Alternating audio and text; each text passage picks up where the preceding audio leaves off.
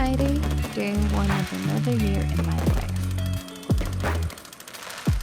New chapter, same setting. It's still in the middle of the pandemic. There's no way I could get out of the house for any reason whatsoever. As per usual, the entire day of the 31st was a big preparation for the New Year's Eve celebration.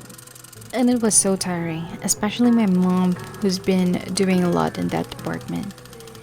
It turned out great though. I helped a little with the setup, but it was all mom's. She prepared a lot for 5 people, but she made it so special. There were mini cakes and desserts. I was looking forward to eating, but in like small bites. Not because I'm trying to lose weight, it's just my throat is very sensitive, sweets are a big no. There were also meals that we don't really see on our dinner table on an ordinary day. And of course, the bowl of spherical fruits for abundance.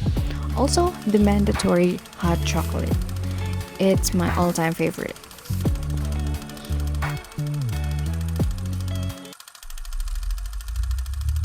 The morning after that night was more peaceful.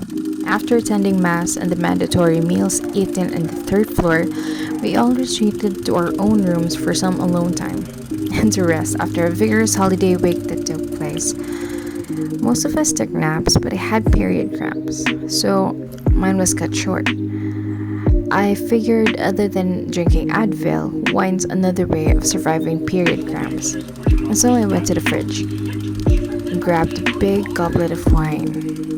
I didn't close the fridge until I emptied out the snacks: pretzels, marshmallows, macarons, chips, name it. And of course, I left for the family.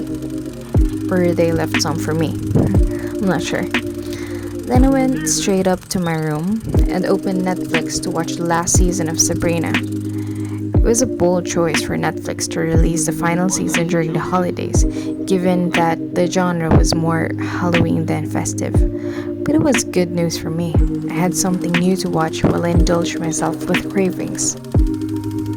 As someone who couldn't just stay still, I started looking around, hoping to find something from my past self that's interesting. All that while still watching Sabrina.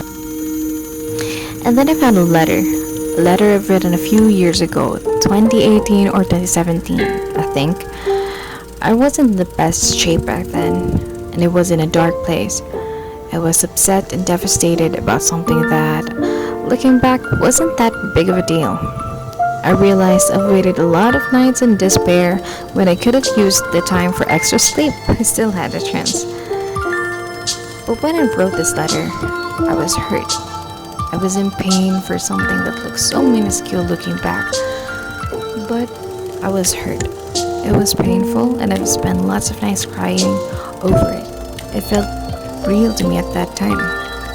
But it also has already been a few years, so I figured pouring all the pain on an old stationery paper is one way of closing the door. It's the New Year's anyway. I guess it's a better way than sharing details to people who only wanted the gossip, not exactly in the listening mood to help. A disclaimer wrote that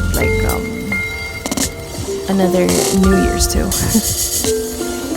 And now I'm burning it, and it felt like a release. I gave myself time to reread and laugh about it, but eventually it was engulfed in claims from a scented candle that was given to my mom as a gift that I stole. And that's a happy new year to me. 2021, please be good. Always, Nin.